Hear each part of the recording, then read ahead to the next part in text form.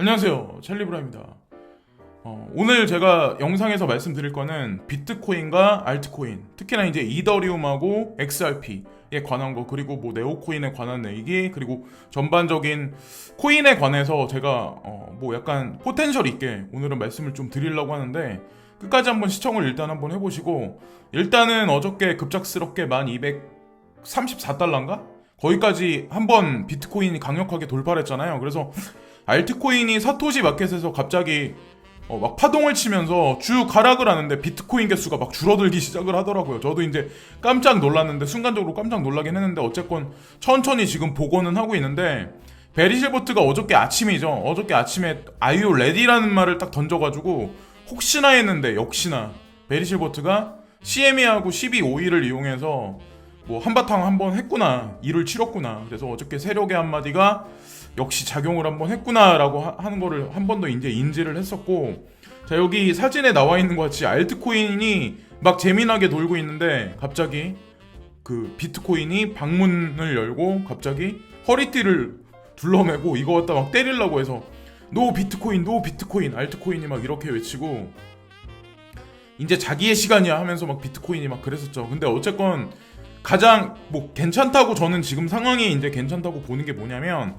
비트코인이 어저께 1,500달러를 넘어서 이제 계속해서 지금까지 유지를 하고, 알트코인도 만약에 동시에 커플링으로 올라갔었다면 지금 우리가 원하지 않는 전체적인 시장에 마이너스 30% 하락이 있었을 가능성이 되게 있었다는 거죠. 근데 그거는 아닌 것 같다는 거죠. 그래서 공포심에 대중들이 약간 떨게 하는 어떤 그런 교란을 지금 일으키는 게 아닐까라는 생각하고, 차트적인 관점에서 이제 구체적인 상황에 말씀드리면, 어저께 1,243달러까지 올랐는데, 이게 어떤 거냐면 대중심리 교란이죠. 사실 어떻게 보면, 자 보면은 뭐 지금 이더리움하고 뭐 그 외 알트코인 몇몇 개가 막 이렇게 시총 높은 게 막 이렇게 상승하고 있는 와중에 급작스럽게 비트코인이 갑자기 올라가면 당연히 알트코인 측면에서 그 영역이 어느 정도 줄어들 수밖에 없어요. 그럼 대중들은 혼동스럽단 말이에요. 내가 괜히 이더리움 산 거 아니야? 그냥 비트코인 가지고 있을 걸. 이렇게 혼란스러운 상황이 올 수밖에 없다고 생각하거든요. 그래서 대중심리 교란과 알트코인의 현금 기종 상승 견인이라고 제가 써놨는데, 되게 아이러니한 건 뭐냐면 9,600달러, 700달러에서 급작스럽게 만불을 찍고 지금 9,900달러 조정을 하고 있는데, 비트코인이 그렇게 올라가 있으면 달러로 환산하든 아니면 원화로 환산하든 알트코인이 지금 사토시 마켓에서 까져 있어서 개수가 줄어들었지만, 사실 현금으로 따졌을 때는 지금 올라가 있는 코인 중에 약간 상승한 것도 있고 제자리에 있는 것도 분명히 있을 거예요. 약간의 진폭이 있는데 시장의 공포심은 주되 사실은 시총 전체를 현금으로 따졌을 때 올려놨다는 거죠. 그렇게 해석하시는 게 저는 바람직하다고 생각하고, 비트코인이 1,500달러가 돌파하기 전에는 그냥 이더리움이 주도하는 지속적 알트코인 상승장이라고 보시면 돼요. 그러니까 뭐 1,200달러까지 또다시 올라갈 수는 있어. 그러나 1,500달러를 강력하게 지지하거나 그걸 돌파 못하면 똑같아요. 지금과 같은 장세가 또다시 반복해서 이더리움이 견인하는 알트코인 장세가 계속해서 아마 이어질 가능성이 높다는 거죠. 그걸 또 한 가지 또 말씀 또 드리고, 자 여기 보시면은 트렌드를 오가는 세력 프로그램이라고 제가 이제 써놨는데, 연초만 해도 비트코인 도미넌스가 71%였다. 현재는, 그러니까 오늘 새벽에 본 거는 61% 정도 되거든요. 61.45% 정도 되거든요. 그러면 연초 대비해서 11% 정도의 하락이 있었어요, 비트코인 도미넌스가. 근데 올해 3월인가 4월달? 3월달인가 그때까지만 해도 사람들이 이제 어떤 얘기들을 되게 많이 했냐면, 비트코인이 2만 달러가 가야 알트코인이 상승할 거다라는 얘기들을 되게 많이 했었어요.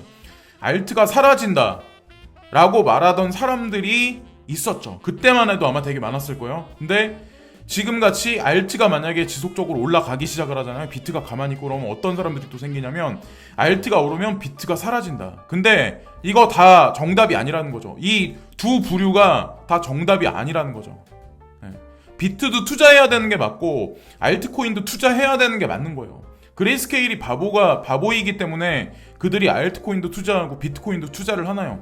저는 제가 2016년도 1월달, 2월달, 2015년도 말기에 25만 원대부터 이제 관심을 갖고, 그때는 이제 뭐 한두 개 샀으니까 2016년부터는 좀 많이 사기 시작했는데, 근데 그때서부터 이제 제가 지속적으로 계속 봐온 바로는 이 트렌드라는 게 비트코인 쪽으로 넘어갔다가 알트코인 쪽으로 넘어갔다, 이게 주기적으로 반복을 하지 한쪽으로 계속해서 몰아주진 않는다는 거죠.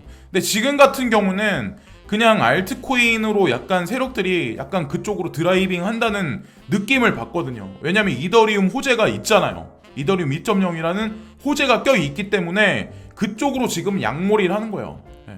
그렇게 보시면 되고, 자, 그리고 비트코인이 1,500달러를 넘고 알트 전체가 불타 올랐었으면 지금 좀 30%가 폭락했을 거다 라는 얘기, 제가 이게 좀 전에 이제 말씀드렸던 문장을 여기 다시 써놨는데, 로이터 통신의 비트코인이 뭐 10,000달러를 돌파했다, 6월달 이래로 처음으로 이제 돌파했다, 이런 얘기가 나오는데, 되게 웃긴 건 뭐냐면 10,000달러를 돌파해도 여러분들이 지금 상주하고 계시는 텔레그램 방이나 카카오톡, 텔레그램 같은 카카오톡방 같은 데 보면 사람들이 놀래거나 이런 사람이 없어요. 가만히 보면 지금 반응이 없어요. 이게 무슨 뜻이냐면, 예전에는 10,000달러가 올라가면 사람들이 막 난리 났거든요. 10,000달러 올라갔다, 뭐 10,000달러 찍었네 막 이러면서 막 서로 막 기뻐가지고 광분하고 막 이랬는데, 지금은 그냥 뜨뜻미지근해. 물이 미지근해지니 놀기 좋네? 개구리를 이제 끓는 물에 실험을 하잖아요. 지금 보면 오랜 시간 동안 점진적으로 비트코인을 상승시켜 놓고 횡보시켜 놓은 어떤 그 장세라서 사람들이 지금 무감각한 거예요. 9,600달러, 9,700달러에서 횡보한 지가 되게 오래됐었잖아요.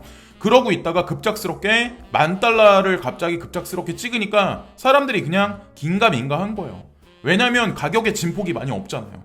그럼에도 불구하고 우리 대중들은 이 끓는 물 안에 그냥 계속 머무르고 있다는 거죠. 네. 왜냐면 이 가격적인 차원에서 그러니까 무감각해진 거야. 둔감해진 거죠. 사실 알고 보면. 그렇게 의도적으로 이제 세력들이 프로그램을 그렇게 만들어 놨다고 생각하고, 자, 이더리움도 뭐 상승하고 XRP도 이제 간다 하는 뭐 해외 차트슬, 유수의 차트슬이 오늘 새벽에도 그런 얘기가 하기 때문에 또 한 번 이제 반복해서 말씀드리는데, 이게 뭐 며칠 내로 간다 이런 걸 말씀드리는 게 아니라 갈 수 있다는 거에 관해서 이제 말씀드리는 거예요. 그리고 그 사람들이 이더리움이 갈 거라는 거에 관해서도 맞힌 사람들이에요. 자, XRP가 280원에서 300원까지는 올라갈 가능성이 있다. 2017년에 상승이 XRP만 갑자기 온다는 사람들, 왜 그럴까? 제가 여기 문장을 써놨는데, 지금도 마찬가지야. 지금도 여러분들이 보시는 뭐 유튜버들이나 어떤 분들이 그런 말을, 그런 내피셜을 주장하는 사람들이 있을 거예요. 급작스럽게 XRP가 상승하기 시작하면 급작스럽게 4,700원, 5,000원 갈 거야. 뭐 몇십만 원 갈 거야. 그거는 말도 안 되는 소리예요. 예. 항상 합리적이게 그냥 결론을 내려야지 현실적으로 봐야 된다는 거죠. 이게 지금 명분이 없어요. XRP가 그렇게 올라갈 만한 명분거리가 없어요. 세력이 명분이 있어야 뭔가 일을 만들 거 아니에요. 이더리움이 왜 그렇게 올라가는 줄 아시잖아요. 명분이 있어. 2.0이란 명분이 있어. 비트코인이 막 이렇게 올라갈 때는 반감기라는 명분이 있었어. 이 명분거리를 여러분들은 찾아야 되는 거예요. 근데 지금은 아니라는 거죠. 근데 현실적으로 요 정도 가격은 갈 거라고 생각을 하는 거죠. 이제 시총 높은 코인들이 지금 서큘레이션 하는 장세기 때문에 이제 말씀드리는 거고, 플립사이드 크립토닷컴을 이제 한 번 더 오늘도 가지고 와서 제가 밑에다 링크를 걸어 놓을 건데, 제가 이거를 보여드린 이유는 제가 전문가가 아니라 전문가기 때문에 말씀드리는 거예요. 그리고 유튜브에서 본인이 전문가라고 얘기를 하고 후원을 받고 뭐 회원 가입을 받고 막 이러신 분들 있잖아요. 밥 먹고 살기 위해서 그러시는 건 좋아. 근데 어쨌건 여러분들이 그분들 말을 믿으시는 것보다는, 제 말을 믿는 것보다는, 저 같은 이제 비전문가 말을 믿는 것보다는 차라리 플립사이드 크립토닷컴에 검색을 해보세요. 코인 평가를 객관적 기준을 제시해서 평가를 매기는 기관이에요. 여기가 보면은. 근데 제가 왜 이거를 계속 강조하냐면, 디지털 커런시 그룹이 축이 돼 있고 코인베이스 벤처스 그리고 갤럭시 디지털 뭐 이런 그룹들이 껴있기 때문에 저는 이제 말씀을 드리는 거예요. 왜 이들이 이 코인 평가 객관적 기준을 제시하는 어떤 이런 연구소를 왜 설립을 했을까요? 왜 그럴까요, 과연? 기준을 만들어놔야 스캠도 걸러내고 이 시장에서 사라질 코인, 앞으로 번창할 코인 이런 거에 관해서 본인들이 객관적 기준이 있어야 그거에 관해서 나중에 누구한테 설명을 할 수 있잖아요. 그렇기 때문에 그런 기관을 이 DCG도 그렇고 코인벤처스가 껴가지고 만들어 놓은 어떤 그런 플랫폼이라고 보시면 돼요. 그래서 차라리 여기를 믿으세요. 그러니까 플립사이드 크립토에서는 몇 개 어떤 코인이 있을 때 크게 보면 세 가지 요소를 되게 많이 본대요. 그러니까 어떤 사용자 측면, 우리 같은 이제 투자자나 진짜 실제로 그 코인에 관해서 어떤 개인적인 입장으로 접근했을 때 뭐 그런 거, 그리고 개발자 진척도, 개발자들이 코드 업데이트를 얼마나 주기적으로 하냐, 가터브에 얼마나 올리냐, 그리고 메인넷은 어떻게 진척되고 있냐, 이거를 우리가 다 디스코드 가서 아니면 텔레그램 가서 해외 뭐 어떤 그런 본사 어떤 그 사이트에 가가지고 그런 거를 다 개발자한테 이메일을 주고 할 수 있는 능력이 좀 약간 부재되는 게 사실이잖아요. 차라리 그러니까 이렇게 객관적 평가를 내리니 이런 걸 믿으시라는 거죠. 그리고 마켓에서는 어떤 취급을 받고 있나, 가격적인 측면에서는 탄력적으로 어떻게 움직이나, 그리고 리스크는 얼마나 존재를 하냐, 뭐 이런 거를 이제 보는 거죠. 네, 그래서 그걸 보여드리고 S클래스부터 A, B, C, F까지 등급이 있어요. 그래서 F 등급에 있는 코인 중에 괜찮은 것도 있지만 이왕이면 저는 S클래스하고 A까지 750점 하향 밑에는 좀 투자를 좀 비추한다고 저는 이제 생각을 합니다. 한 번 더 이제 말씀드리고 계속 바뀌더라고요, 제가 보니까. 그래서 오늘도 말씀드리는데 이더리움, 카르다노, 이오스, 체인링크까지가 S클래스예요. S클래스고 스텔라가 의외로 지금 네 번째 자리까지 올라와 있어요. 어느 순간 눈에 안 본 사이에 벌써. 그래서 어쨌건 뭔가 가격적인 탄력성이 있을 만한 어떤 그 근거 제시를 한 것 같고, 그리고 보면 뭐 제로엑스나 뭐 호라이젠, 엔로드, 메이커, 뭐 베이직 어텐션, 트론드 사람들이 사기다 의심하는 사람이 많은데, 일단 플립사이드 크립토닷컴에서 862점을 주고 A 스코어를 줬다는 얘기는 더 이상 이거에 관해서 뭐 논쟁거리가 될 수도 없고, 스테이트 네트워크도 마찬가지로 주기적으로 저한테 이제 여쭤보시는데 그냥 A예요. 진리카도 A고, 뭐 오우거, 비트코인 캐시, 비체인 뭐 이런 거 다 A예요. 근데 제가 어저께 이제 댓글로 펀디엑스에 관해서 저한테 한 분이 여쭤보시더라고요. 그래서 제가 무슨 전문가라고 제가 평가를 내리겠습니까? 그래서 플립사이드 크립토를 딱 봤는데 스코어가 어떻게 되냐면 388점으로 F 등급이에요. F 점수예요.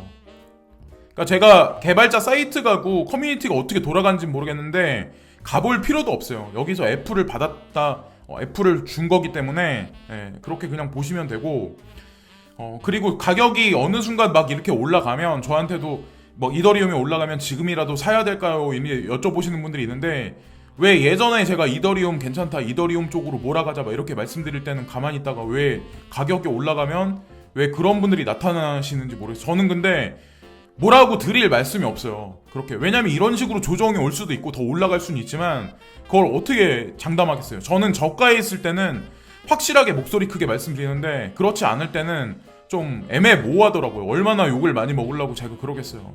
보시면 그림에 나와 있는 것 같이 비트코인이 6,666달러에는 3,000달러가 올 거야. 난 기대하고 있어. 그래서 천천히 쫓아가. 그리고 7,200달러로 비트코인이 올라가면 5,000달러가 올 거야. 난 기대하고 있어. 이러다가 비트코인이 8,000달러가 되면 갑자기 막 달려가서 매수를 하기 시작한다는 거죠. 이러면 결국 개인은 물릴 수밖에 없어요. 그러니까 차라리 시장에서 막 저점이다, 사람들이 뭐 텔레그램이나 톡방에서 욕하는 코인이 분명히 있을 거예요. 안 간다 이런 거, 그런 거를 차라리 서서히 매집을 한번 해보세요. 제가 보기에는 분명히 좋은 결과가 있을 거라고 생각하고, 예전에 이제 말씀드리면 저 업비트나 뭐 빗썸 같은 데도 짜잘짜잘한 알트코인들이 막 반짝반짝 거릴 때가 있을 거예요. 간간히 하위 코인, 하위 시총에 있는 어떤 그 코인들이 반짝거릴 때 있고, 중점적인 거는 얼마 전까지만 해도 중위 코인에 있는 뭐 카이버나 오미세고 이런 것들이 800원대에서 아니면 뭐 2,000원대까지 올라가서 막 이렇게 반짝반짝 거릴 적이 있었을 거예요. 그래서 어쨌건 이 친구들은 어떻게 보면 100%가 넘는 상승이 있었기 때문에 쉬어주는 게 낫고, 지금 같은 상황에서는 시총 상위에 있는 코인들 있죠. 뭐 이더리움이나 뭐 그런 코인들이 XRP나 뭐 이오스나 비트코인 캐시나 뭐 이더리움 클래식이나 뭐 이런 것들이 앞으로 시장을 이제 서큘레이션 하면서 한동안은 주도하지 않을까라고 이제 저는 생각을 합니다. 자, 그러면서 그게 또 바뀌기 시작을 하겠죠. 또 와전되고 또 중간에 비트코인 반등이 있고 뭐 이런 식으로 가지 않을까라고 생각을 해요. 블록체인 게임 산업에서 NFT의 잠재력을 발견했다. 뭐 이런 얘기가 코인텔레그래프에 나와서 오늘 말씀을 드리려고 하는데, NFT 시장이 디지털 자산에서 가장 매력적인 기회 중 하나를 대표하게 되었다고 믿고 있습니다. 웬 갑자기 게임 산업을 블록체인에?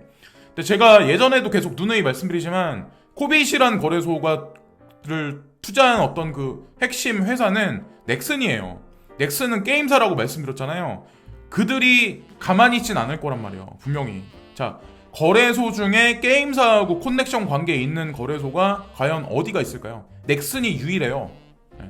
그래서 그들은 아마 그렇게 분명히 시너지를 엮어서 낼 거라고 생각을 하고, 디파이를 사람들이 되게 중점적으로 눈여겨서 보는데 진짜 핵심은 저는 게임 산업에서 나올 거라고 생각하거든요. 오늘 나와서 내용을 말씀드리는데, 코로나 바이러스가 창궐하면서 여행이나 의사소통, 업무 및 업무 수행 방식을 바꿨지만 전체 게임 산업을 재구성하고 있다. 그래서 미국 소비자들은 가정 내 게임에서 기록적으로 150억 달러를 소비를 했습니다. 집에 머무르고 있는 시간이 많고, 앞으로도 마찬가지예요. 앞으로 우리가 사는 인류도 밖에 나가서 활동을 하려고 해도 전염병이 저는 여기서 잠시 나중에 백신이 나온다고 했을 때 잠시 소강 상태에 이루긴 하겠지만 또다시 이게 유행처럼 계속해서 번질 거라고 생각하거든요. 다음에는 더 강력한 게 오겠죠. 그리고 대기오염도 점점 심해지잖아요. 그러면 실내 생활이 지금보다 향후 5년 안에는 지금보다 100% 이상 늘어날 수밖에 없어요. 그럼 당연히 게임 산업이나 이런 것도 발달할 수밖에 없고, 그래서 완전히 새로운 몰입형 게임 경험을 제공하는 NFT와 디지털 수집 품목으로 구동되는 블록체인 게임을 발견하면 계속해서 블록체인 게임이 수용하게 됩니다. 뭐 이런 식으로 이제 내용이 나오고, 두 가지나 이제 지금 뉴스거리가 나왔는데 그만큼 중요하다는 얘기죠. 게임 산업에서 블록체인을 사용하면 대량 채택으로 이어질 수가 있다. 여기 나와 있는데, 여기 보면 게임사들이 뭐 유비소프트라든가 EA 게임즈라든가 그런 되게 큰 게임사들이 있거든요. 그런 게임사들이 M&A나 인수 합병할 수도 있다. 이런 거에 관해서 얘기를 하고 있는 거예요. 인수합병이나 파트너십 발표를 만약에 내가 투자하고 있는 코인들이 그걸 발표를 하면 얼마나 큰 이슈 호재거리가 될까요? 우리나라도 뭐 넥슨이나 뭐 그런 회사들이 그 현금 보유력이, 현금 유동성이 엄청나게 높아요. 왜냐면 제품을 만들어서 파는 데가 아니잖아요. 플랫폼 산업이라서. 그래서 그런 현금을 많이 가진 기업들이 앞으로 어떤 파트너십 발표를 하면 그게 아마 그 코인 상승에 아마 제가 봤을 때 중점적인 어떤 이슈 트리거가 되지 않을까라는 생각하고, 여기 나오는 것 같이 유비소프트를 실내로 들어가지고 유비소프트 전 책임자가 지금 현재도 이제 그 밴쿠버에 있는 스튜디오인 픽스마틱 RTS와 이브 온라인의 요소로 공간 기반 MMO 게임을 진행하고 있습니다. 그래서 개발을 하고 있는데, 향후에 크립토 커런시, 그러니까 버추얼 에셋이라는 표현을 쓰죠. 가상자산을 여기에 연결해서 시너지를 낼 거다라고 지금 얘기를 하는 건 하고 있는 거죠. 아직까지 공개적으로 오피셜하게 발표난 건 없지만 저는 그렇게 갈 수밖에 없다고 생각해요. 그렇게 갈 거다라고 이제 얘기를 하는 거고, 앞으로 이제 어떻게 되냐? 전통적인 미디어는 대부분 인터넷에서 실행되므로 아마도 블록체인 기술을 통해서 모든 스포츠에 언젠가는 이 스포츠 요소가 포함될 수가 있습니다. 더 보편화될 거라는 얘기를 하는 거죠. 지금 우리가 뭐 손흥민을 보려고 뭐 프리미어 리그를 보듯이 아마 앞으로는 그렇게 될 거라는 거죠. 뭐 EA 게임즈 아니면 뭐 넥슨에서 지금 하고 있는 피파4 같은 거를 뭐 너도 나도 뭐 게임을 한다거나 유비소프트에서 하는 뭐 워존 같은 거, 그런 게 보편하게 뭐 남녀노소 누구나가 다 하게 되는 그런 시절이 올 수도 있다. 근데 가상자산이 거기서 베팅 시스템이나 아이템 거래 시스템에 아마 추가될 거라는 그런 얘기를 하는 거고, 또 이것도 구체적인 사항에 관해서 또 한 가지 말씀드리려고 하는데, BSN이라고 아마 여러분들 요 근래 중국 관련해서 뉴스에서 들어보셨을 거예요. BSN은 하나의 상호 연결된 네트워크로 계속하기 위해 이니셔티브 멤버가 말하고 있습니다. 이것 또한 되게 중요하게 얘기가 나오더라고요. BSN은 글로벌 상호 운용성 네트워크이기 때문에 중국의 이러한 규칙을 준수해야 하지만 국제적 퍼블릭 체인과 같은 다른 블록체인 생태계를 수용할 수 있을 정도로 유연해야 합니다라는 얘기를 해요. 그러니까 독단적으로 본인들 어떤 그 노드만 운영하진 않을 거다. 뭐 유로 노드나 아니면 미국 노드나 뭐 한국 노드나 일본 노드하고 상호 협조해서 콩넥션으로 움직일 거다, 이런 얘기를 하는 건데, 여기 보면 BSN이 추구하는 코인 몇 개가 있죠. 그거에 관해서 이제 구체적인 걸 말씀드리는데, 오늘도 마찬가지로 엔트체인을 말씀드리려고 해요. 블록체인이 폭풍으로 중국을 점령하는 방법, 여기 나와 있는데, 제가 어저께인가 그저께 안투그룹에 관해서 이제 말씀드린 적이 있었을 거예요. 2천억 달러가 달하는 안투그룹은 세계에서 가장 큰 유니콘 기업입니다. 여기가 어마어마한 기업이에요. 이쪽에 있어, 유니콘 기업 쪽에서는.